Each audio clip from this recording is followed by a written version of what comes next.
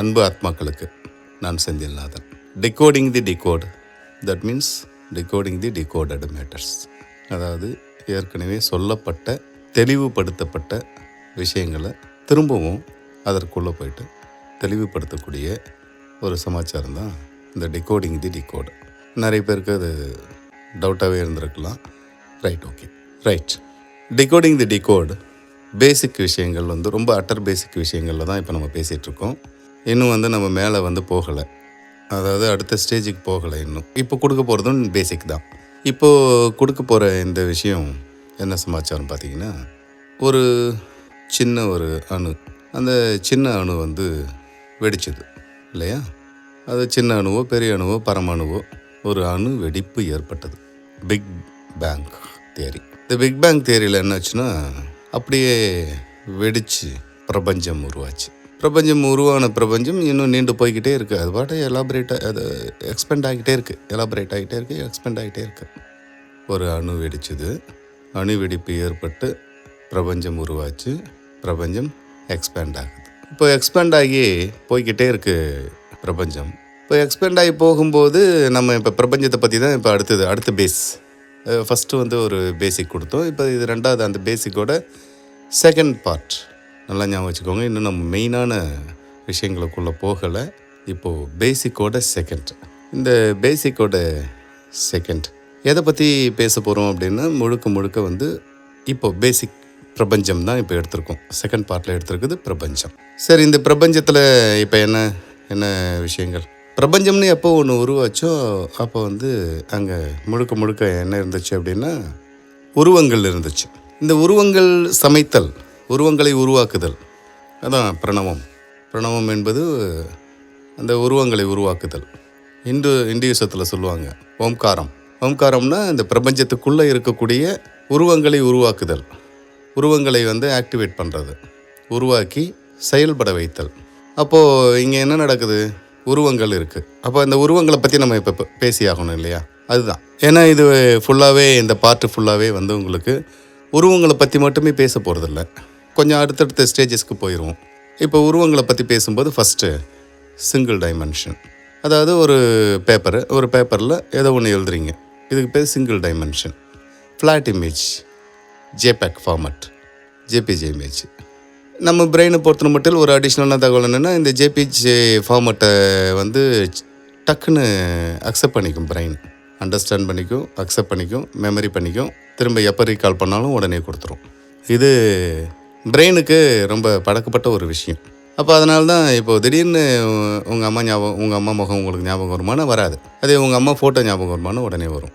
ஏன்? ஃபோட்டோ என்பது முழுக்க ஃப்ளாட் இமேஜ், அது சிங்கிள் டைமென்ஷன். சரி, அதுக்கப்புறம் நம்ம கண்ணால் பார்க்கும்போது ஃப்ரண்ட்டு தெரியும், 2 சைடு தெரியும் இல்லையா?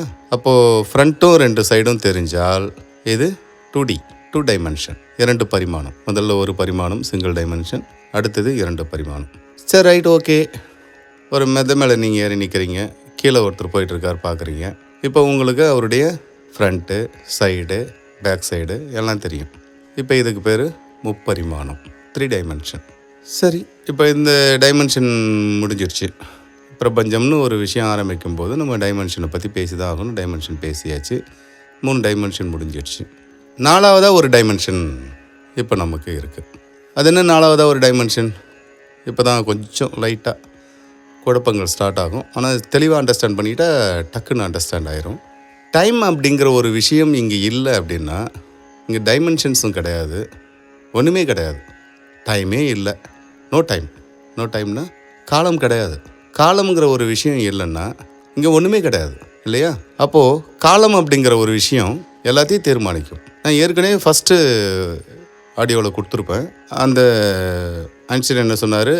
ஒரு பெட்டிக்குள்ளே ஒரு பூனையை வச்சு, அந்த பூனையை ஒரு சுத்தியலால் அடிச்சிட்டா செத்து போயிடுச்சுன்னா, பெட்டி திறந்து பார்க்கும்போது அந்த பூனை செத்து போயிருக்கும். ஏற்கனவே அந்த பூனை செத்துருச்சு, நம்ம பார்த்தோம், பெட்டி திறந்து பார்த்தோம் அப்படின்னு அவர் சொல்லுவார். ஆனால் அதுக்கப்புறம் வந்தவங்க இப்போ என்ன கண்டுபிடிச்சாங்கன்னா, நீ எப்போ திறந்து பார்க்குறியோ அப்போ தான் அந்த பூனை முடிவு பண்ணும் நான் செத்து போயிருக்கணுமா இல்லையாங்கிறத அப்போ தான் முடிவு பண்ணும். பிகாஸ் டைம், நீங்கள் எந்த டைமில் திறந்து பார்க்குறீங்களோ அப்போது தான் அது முடிவாக இருக்கும். அந்த செகண்டில் தான் அது முடிவாகும்.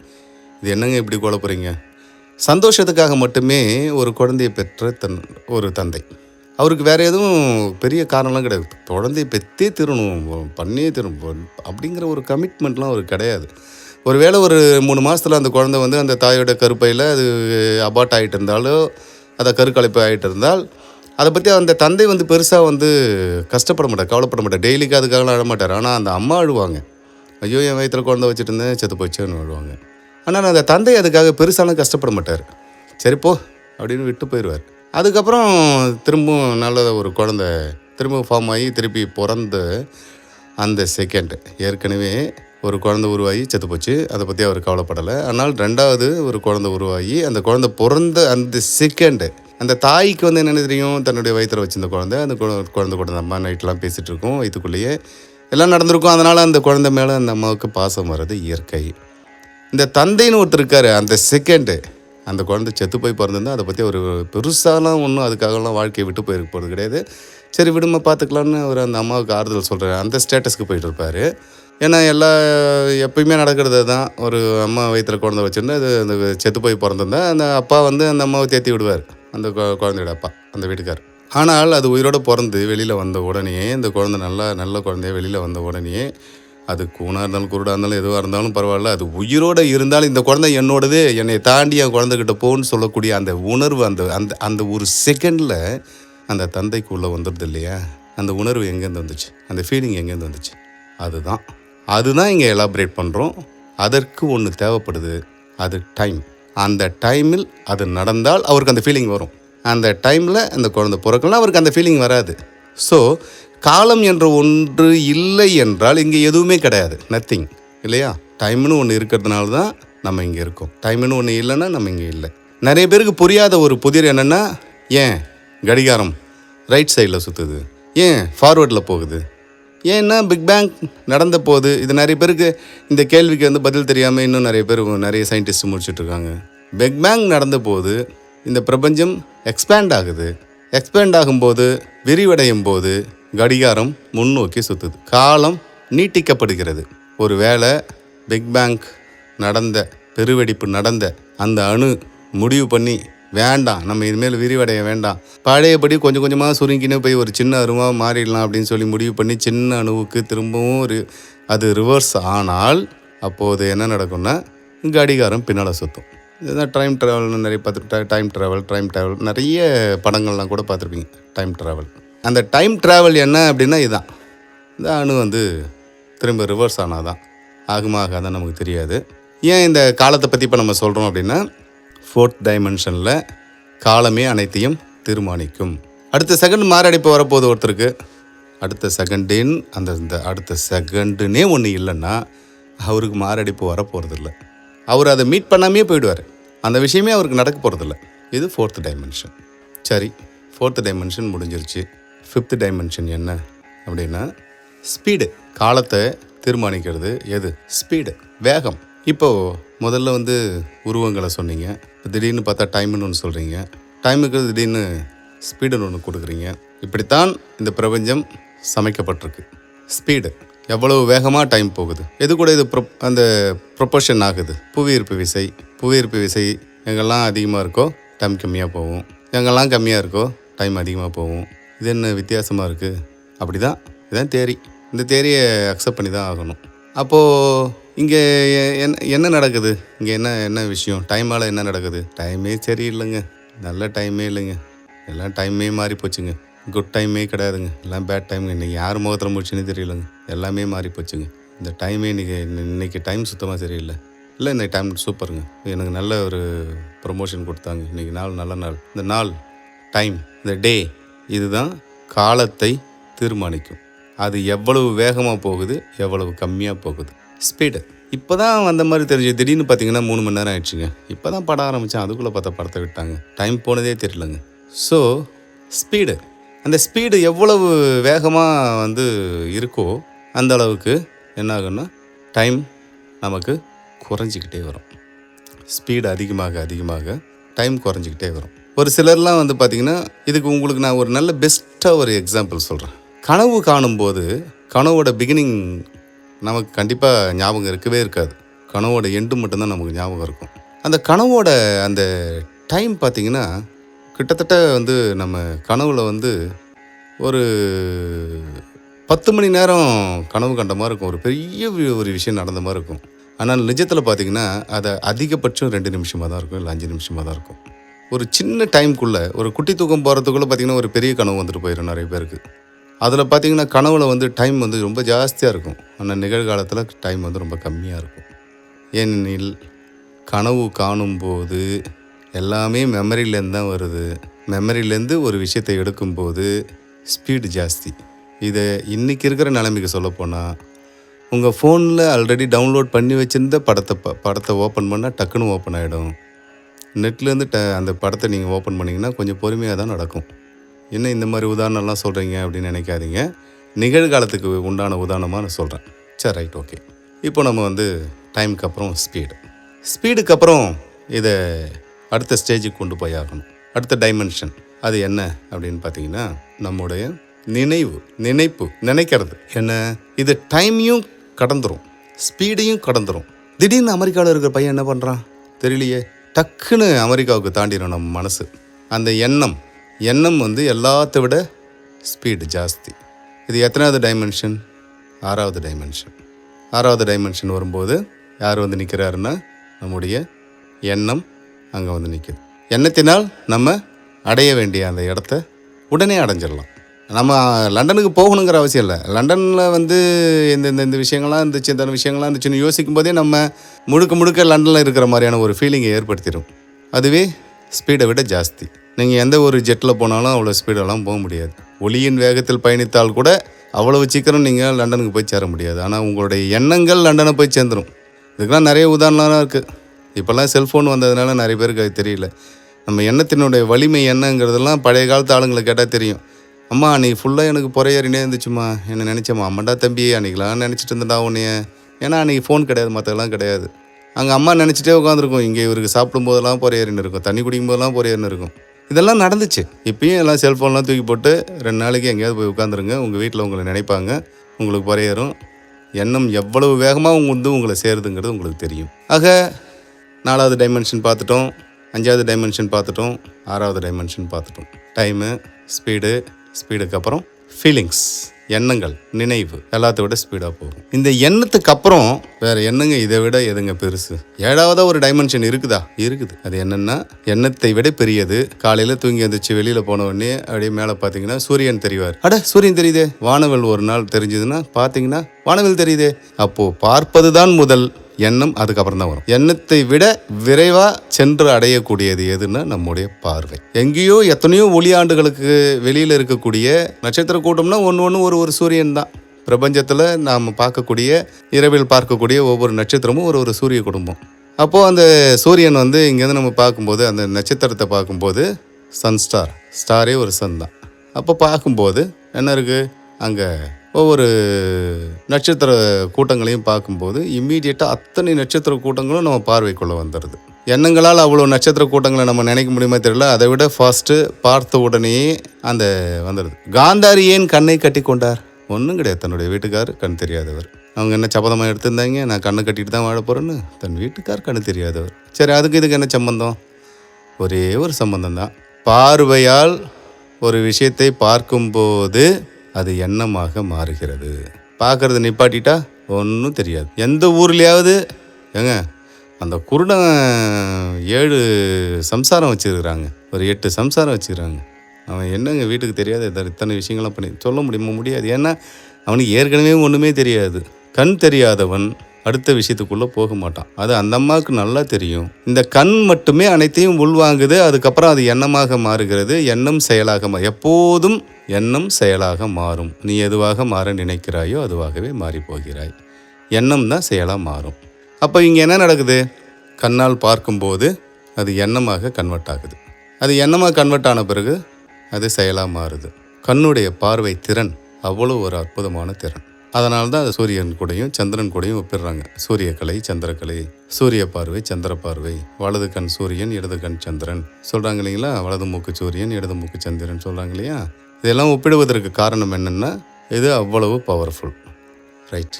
இப்போது கிட்டத்தட்ட பார்த்திங்கன்னா நம்ம 7 டைமென்ஷன் பார்த்துட்டோம். இந்த 7 டைமென்ஷனும் கிட்டத்தட்ட வந்து பார்த்திங்கன்னா எதற்குள் இருக்குது, அதாவது 4வது டைமென்ஷன் டைமு, 5வது டைமென்ஷன் ஸ்பீடு, 6வது டைமென்ஷன் டைமையும் ஸ்பீடையும் கடந்த பிறகு எண்ணம், 7வது டைமென்ஷன் எண்ணத்துக்கு அப்புறம் வரக்கூடியது நம்முடைய கண் சைட், இதுக்கப்புறம் 8வது டைமென்ஷன். இந்த 8வது டைமென்ஷன் என்ன, இதோட இந்த பிரபஞ்சத்துக்குள்ளே இருக்கிற எல்லா விஷயம் முடிஞ்சு போயிடும். இவ்வளவு டைமென்ஷன்ஸை உருவாக்குனது எது, விந்தும் நாதமும். இதுதான் 8வது டைமென்ஷன், விந்தும் நாதமும். இது ரெண்டும் சேர்ந்துச்சுன்னா என்ன ஆகும், ஒரு அண்டத்துக்குள்ளே விந்து போனால் கரு உருவாகும். அது எதுக்குள்ளே இருந்தாலும் சரி, விதைக்குள்ளே போனாலும் சரி, எதுக்குள்ளே இருந்தாலும் சரி, எதற்குள்ளே இருந்தாலும் இந்த ரெண்டும் சேர்ந்துச்சுன்னா ஒரு உருவம் உருவாகும். அது சிங்கிள் டைமென்ஷனாகவும் இருக்கலாம், 2 டைமென்ஷனாகவும் இருக்கலாம், 3 டைமென்ஷனாகவும் இருக்கலாம். இது வேலை செய்கிறதுக்கு காலம்னு ஒன்று ஆக்ட் ஆகும், ஸ்பீடுன்னு ஒன்று ஆக்ட் ஆகும், ஃபீலிங்ஸ்னு ஒன்று ஆக்ட் ஆகும். ஒரு விதை முளைக்கணுங்கிற ஃபீலிங் அதுக்குள்ளே வந்த பிறகு தான் அது முளைக்கும் இல்லையா? அப்போது 8th டைமென்ஷன் நமக்கு விந்தும் நாதமும். சரி, இந்த 8th டைமென்ஷனால தான் இந்த மொத்த பிரபஞ்சமும் உருவாக்கப்பட்டது. இந்த 8th டைமென்ஷனை தான் நம்ம என்னன்னு சொல்கிறோன்னா ஓம்காரம். இந்த ஓம்காரம் அப்படிங்கிற விஷயம் பிரபஞ்சம், பிரபஞ்சம் என்பதே பிரணவம், அதுக்குள்ளே தான் இது எல்லாமே இருக்குது. இந்த ஓம்காரம் எங்கே ஆக்டிவேட் ஆகுது, பிரபஞ்சம் எப்படிங்க உருவாச்சு, அது சத்தத்துலேருந்து உருவாச்சு. என்ன சத்தங்க, அதுதான் ஓம். ராம், ஹாம், இம். அந்த இம் என்பது ஊமை எழுத்து.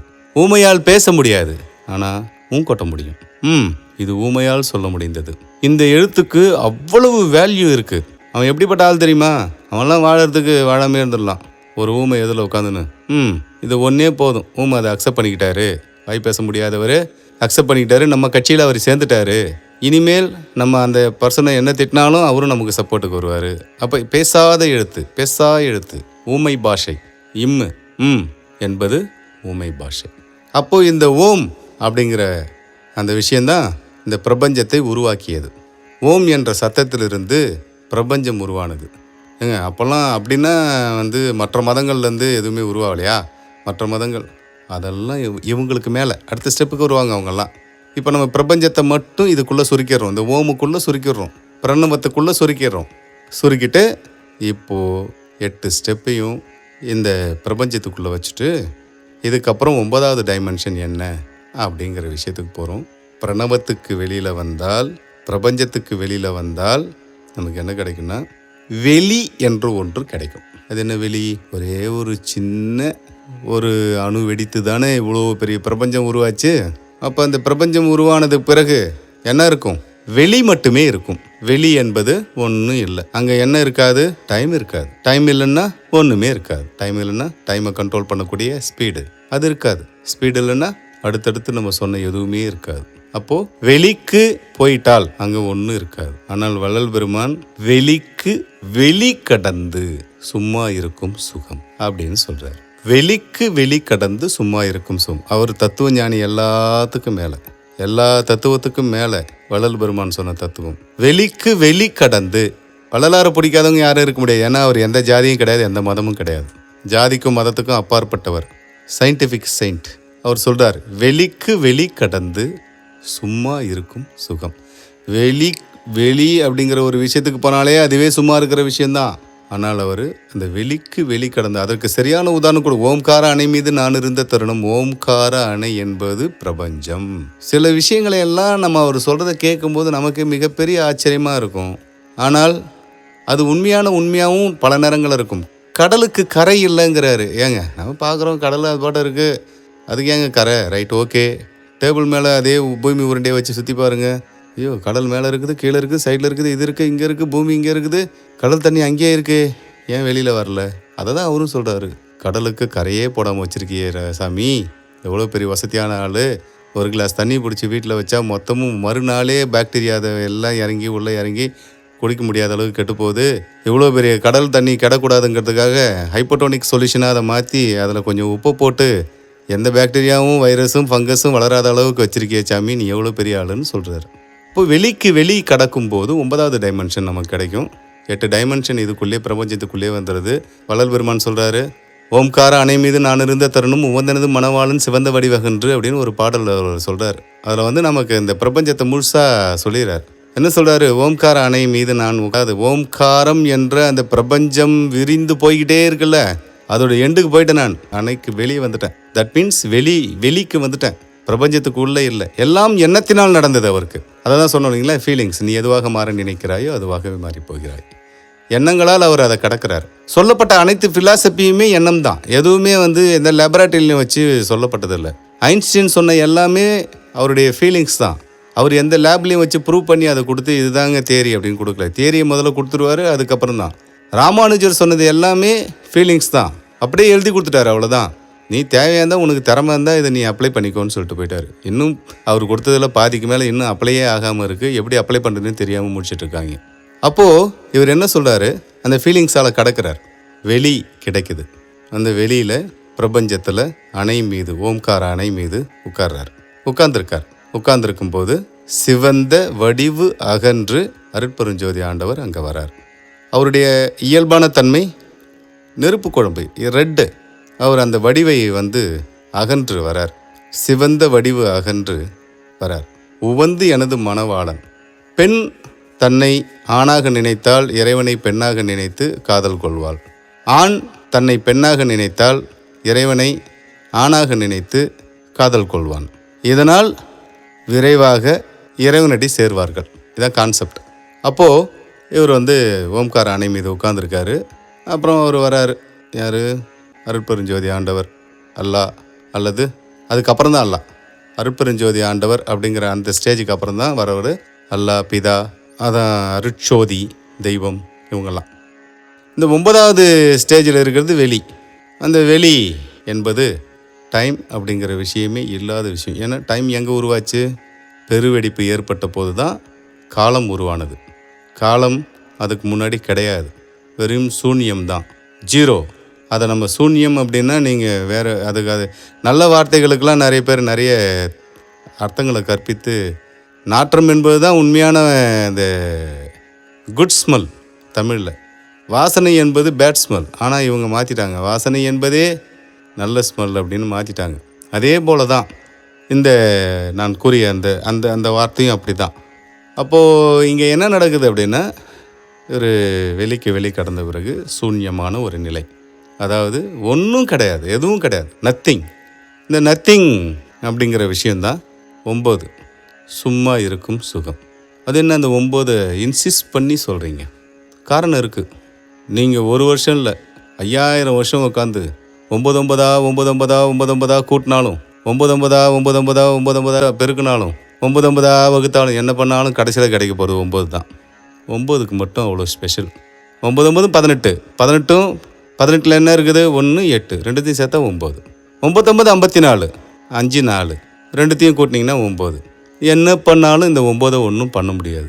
அப்போது அந்த 9 அப்படிங்கிற அந்த கான்செப்ட், அதுதான் சூன்யம், அதுதான் ஒன்றும் இல்லை, அங்கே டைம் இல்லை. அப்போது வள்ளல் பெருமான் ஏன் அவரை நாம் சொல்கிறோம் அப்படின்னா, இந்த டைமென்ஷன்ஸ் எல்லாத்தையுமே சிம்பிளிஃபை பண்ணி சொல்லியிருக்காரு. அவர் வெளி என்ற விஷயத்துக்கு வெளியில் போயிட்டார். அதாவது துரியம், துரியாதீதம், பரவெளி, சுத்த சிவவெளி, இதெல்லாம் மதத்தின் பால் சொல்லிகிட்டு இருப்பாங்க. இங்கே நம்ம ரொம்ப சிம்பிளான ஒரு வழியில் இதை சொல்கிறோம், வெளிக்கு வெளி. அப்போ இந்த வெளிக்கு வெளி அவர் அதையும் கடக்கிறார். அதுதான் 10. வெளி என்பதே டைம் கிடையாது. அப்போது வெளிக்கு வெளி கடந்து சும்மா இருக்கும் சுகம். வெளிக்கு வெளி கடக்கிறாரு. இது எதுக்குன்னா, அவர் ஒரு எக்ஸாம்பிளாக தான் நான் சொல்கிறேன். அவரால் தான் டைம் உருவாச்சு, அவரால் தான் பிரபஞ்சம் உருவாச்சு அப்படின்லாம் நான் சொல்லலை. அவர் அதை சிம்பிளிஃபை பண்ணதுனால உங்களுக்கு அவரை ஒரு மேற்கோள் காமிக்கிறேன். 10வது டைமென்ஷன் வெளிக்கு வெளி. அந்த வெளிக்கு வெளியில் என்ன இருக்கும்? வெளியில் முதல்ல என்ன இருக்கும்? வெளியில் அருட்பெருஞ்சோதி ஆண்டவர் இருக்கார் அப்படின்னு வள்ளல் பெருமானுடைய. அந்த வெளிக்கு வெளி கடந்தால் அங்கே என்ன இருப்பாங்க? அங்கே தான் பரமபிதா இருப்பார், அங்கே தான் அல்லாஹ் இருப்பார், அங்கே தான் அருட்பெருஞ்சோதி எல்லாத்துக்கும் சேர்த்து ஒரே பேர் தான், ஒருத்தர் தான் அங்கே உட்கார்ந்துருப்பார். ஆனால் அவருக்கான பேர் வெவ்வேறு பேர். 10வது இடத்தில் உட்கார்ந்துருக்கிறவர் யார்? அருட்சோதி. இந்த 10வது இடத்தோட டைமென்ஷன் முடியுது. 10 டைமென்ஷன் சொல்லியிருக்கோம். 10வது டைமென்ஷனில் கடைசி எண்டில் பரமபிதா அல்லாஹ் அருட்பெருஞ்சோதி, அதோட மூத்தவர் அருட்சோதி உட்கார்ந்துருக்கார். இந்துயிசத்தில் ஆதிபராசக்தி, ஆதிபராசக்திக்கு கீழே 9வது இடத்துல ஆதிசிவன், ஆதிசக்தி. 8வது இடத்துல பிரபஞ்சத்துக்குள்ளே வந்துடுவாங்க. 8வது இடத்தோட பிரபஞ்சம் முடியுது இல்லையா, அதுக்குள்ளே வரும்போது சிவம். சிவம்னா சிவத்துக்குள்ளே 2 இருக்கும். சிவன் சக்தி ரெண்டும் சேர்ந்ததுக்கு பேர் தான் சிவம். சிவம் நீங்கினால் சவம். அது எங்கே நடக்கும்? காலம் இல்லாத இடத்துல அது நடக்காது. காலம் இருக்கும் இடத்துல தான் அது நடக்கும். வெளி. வெளி என்பது என்னது? நடராஜா. 9வது இடம் அருட்பெருஞ்சோதி ஆண்டவர். அருட்பெருஞ்சோதி என்றது உருவம். நடராஜா என்பது ஃபங்க்ஷன், பெருவெளி. வெளி ஒன்றுமே இல்லை, நத்திங். காலம் கிடையாது, தூக்கி இடுப்பில் கட்டிகிட்டு இருப்பார், காலம் ஓடக்கூடாதுன்னு. அவருடைய அந்த ஃபோட்டோவை பார்த்தீங்கன்னா தெரியும், சிலையை பார்த்தீங்கன்னா தெரியும். காலம் பாம்பு ஓடையில் ஓடிட்டு இருக்கும், பிடிச்சி இடுப்பில் கட்டிகிட்டு இருப்பார், நீ ஓரத்தை நிப்பாட்டு அப்படின்னு. ஆக 9வது இடத்தில் இவங்கெல்லாம் இருக்காங்க. வெளி இருக்குது. அதுக்கப்புறம் 10வது இடம் பெருவெளி. வெளிக்கு வெளி கடந்தால் அங்கே இருப்பது பெருவெளி. அந்த பெருவெளியில் அனைத்தையும் உருவாக்கிய எல்லாருக்கும் தகப்பனாக இருக்கக்கூடிய இறைவன் இருக்கார். இது ஆன்மீக வழியில் நீங்கள் எடுத்துக்கிட்டிங்கன்னா இப்படித்தான் இதை டிகோட் பண்ண முடியும். ஸோ டிகோடர் தி டிகோட் அல்லது டிகோடிங் தி டிகோட் என்பது என்னென்னா, ஏற்கனவே சொல்லப்பட்டது உண்மையான உண்மையை சொல்லாமல் ஒரு பொய்யான உண்மையோ அல்லது ஒரு பொதுவான உண்மையோ சொல்லியிருப்பாங்க. 3 பக்கம் கடல், ஒரு பக்கம் நிலம், இதாங்க பூமி அப்படின்னு எல்லாரையும் நம்ப வச்சிட்ருக்காங்க. கடலில் குதித்து உள்ளே போய்கிட்டே இருந்தால் கடைசியில் என்ன வரும்னா தரதான் வரும். அப்போ இங்கேயும் தரதான், அங்கேயும் தரதான். உண்மையான உண்மை என்னென்னா எல்லா இடமும் தரதான். கொஞ்ச நாளைக்கு தண்ணி அங்கே இருக்கும், கண்டங்கள் பிரியும் போது தண்ணி வேறு இடத்துக்கு போயிடும், அப்போ அங்கே தரதான் இருக்கும். அதானே உண்மையான உண்மை. அதுக்கு பேர் தான் டிகோடர் தி டிகோட் அல்லது டிகோடிங் தி டிகோட் அல்லது டிகோடிங் தி டிகோடட். ஏற்கனவே சொல்லப்பட்டது உண்மையா பொய்யா, அது உண்மையான உண்மையா பொய்யான உண்மையா பொதுவான உண்மையா அப்படிங்கிறத எலாபரேட் பண்ணுறது தான் நம்ம வேலை. புரிஞ்சிருக்கும். புரியலன்னா நிதானமாக உள்வாங்கி கேளுங்க, எளிமையாக புரியும். ஆனால் தற்போது சொல்லப்பட்டது பேசிக். இன்னும் நம்ம உள்ளே போகலை. ரொம்ப கேஜி லெவலுக்கு கீழே தான், 3 கேஜி லெவலில் தான் போயிட்டுருக்கோம். இன்னும் எல்கேஜியே வரல. திரும்பவும் எல்கேஜி வருவோம். அடுத்தது 3வது ஒரு பிரிவு சொல்கிறோம். இதுவரை நாம் கூறிய அனைத்தையும் செவிமடுத்து கேட்டதுக்கு மிக்க நன்றி.